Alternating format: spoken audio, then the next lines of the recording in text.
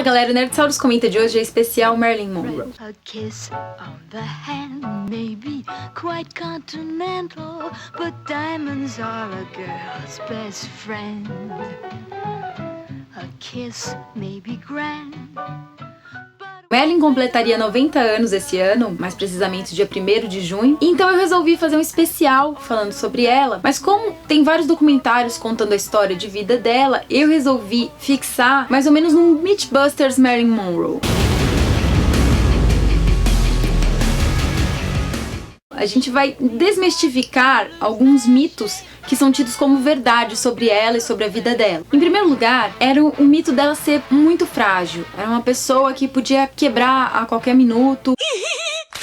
Eu não acho isso 100% verdade, porque a Marilyn superou muita coisa na vida dela. A mãe dela tinha problemas mentais, acabou sendo internada e deixou ela aos cuidados da tia, porque o pai biológico dela nunca a assumiu. Só que essa tia queria correr atrás de boy, abandonou a menina em orfanatos, nunca realmente cuidou da Marilyn. A Marilyn ficou indo e voltando de orfanato até mais ou menos os 16 anos, quando essa tia arranjou um casamento pra ela e ela acabou casando super cedo e vivendo com esse cara por algum tempo, até que chegou a guerra. Este marido foi enviado para a guerra e ela foi para a indústria, porque lembra a época do We Can Do It e as mulheres no campo de trabalho. Ela foi descoberta por um fotógrafo que estava fazendo uma reportagem sobre as mulheres na indústria, ficou encantado com ela e levou essas fotos para uma agência de modelos. Então, por ter passado por tudo isso e ainda ter superado e se transformado na atriz mais famosa de Hollywood, eu acho que não dá pra se falar que ela era tão frágil e quebradiça assim. Sim, ela era uma pessoa sensível, mas ela conseguiu superar muita coisa. Isso me leva pro segundo mito, de que ela não tinha talento, que ela fez sua carreira apenas pela beleza. Sim, a Marilyn foi descoberta pela beleza, assim como várias outras atrizes. Só que ela tinha uma ligação com a arte muito grande. Ela sabia tocar vários instrumentos, ela sabia cantar e dançar sem ter tido treinamento específico pra isso. Running wild, lost control. Running wild, mighty bold. Feeling gay, reckless too. Carefree mind all the time, never blue. E ela sempre soube atuar. Esse mito de que ela era uma atriz ruim, que só ficou famosa pela beleza, nada mais é que um mito. Se você quer saber alguns filmes que mostram como a Marilyn sabe atuar e sempre soube atuar, é só assistir um que chama Almas Desesperadas. É como se fosse um A Mão que Balança o Berço vintage. A diferença é que a maneira que a Marilyn retrata essa pessoa é com uma delicadeza tão grande que você sente muita empatia pela personagem.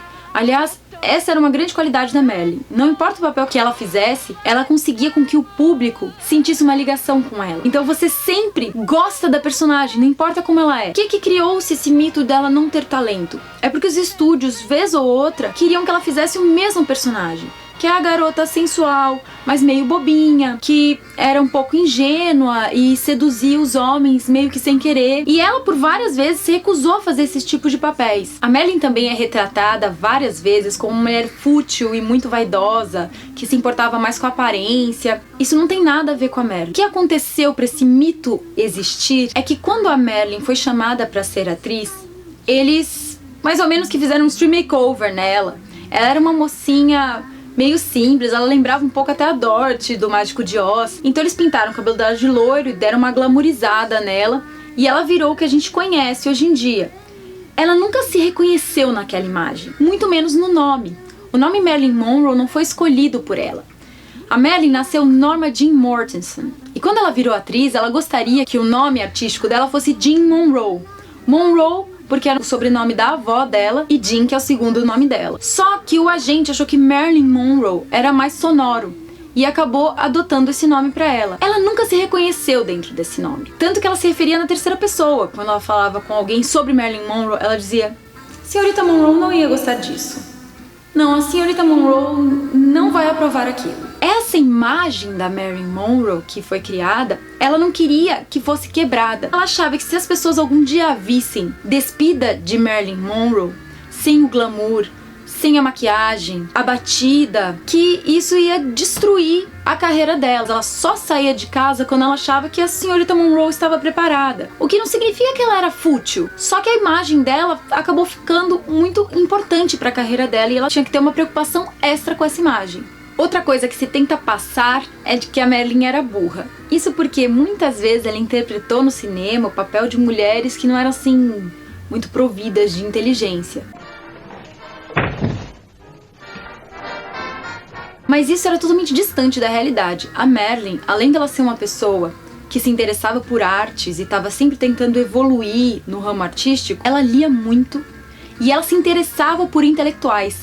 Ela era amiga de vários escritores e ela acabou casando com um, que é o Arthur Miller. Algumas pessoas dizem, ela se admirava por homens inteligentes porque eles tinham o que ela não tinha. Isso é uma pura mentira. Quem conhece uma pessoa, um escritor, um intelectual, sabe que eles nunca iam conseguir conviver com uma pessoa insossa, vazia. A Marilyn tinha discussões com essas pessoas. Ela era amiga do Truman Capote. Ela conversava com intelectuais de igual para igual. Ela era uma mulher muito inteligente. Sim, ela não fez a sua carreira baseada na sua inteligência. Mas isso não significa absolutamente nada, né? Isso me leva à grande propagadora de mentiras sobre Marilyn Monroe que nós temos hoje em dia, que é a internet. A internet conseguiu fazer um grande desfavor para a imagem da Marilyn Monroe. Hoje em dia, nós sabemos muito bem que eu posso colocar qualquer fato na internet e dizer que é verdade. Isso fez com que criasse um fenômeno que é usar citações falsas da Marilyn Monroe. A Marilyn Monroe é mais citada que Clarice Lispector, e a maioria das frases, assim como as da Clarice, não são dela. Quando você vê uma frase que parece meio saindo do filme Meninas Malvadas, provavelmente essa frase não era da Marilyn. Outra coisa é quando a frase ela tem alguma coisa muito recente, muito jovem, muito nova. Pegam várias vezes frases de outras atrizes e atribuem a Marilyn Monroe, porque uma frase da Marilyn Monroe vai ser muito mais propagada do que de outro ator. Já que estamos falando de citações, uma das citações falsas da Marilyn me lembra outro mito dela, que é aquela que diz de, não se preocupe se você não é número 36 e a sociedade não te acha bonita por isso, você é bonita, a sociedade que é feia. A frase original utiliza o termo size zero. Como saber que essa frase é falsa? O tamanho zero, o size zero, que seria hoje o equivalente ao 36 ou 34 aqui no Brasil, nem existia na época que a Marilyn Monroe morreu.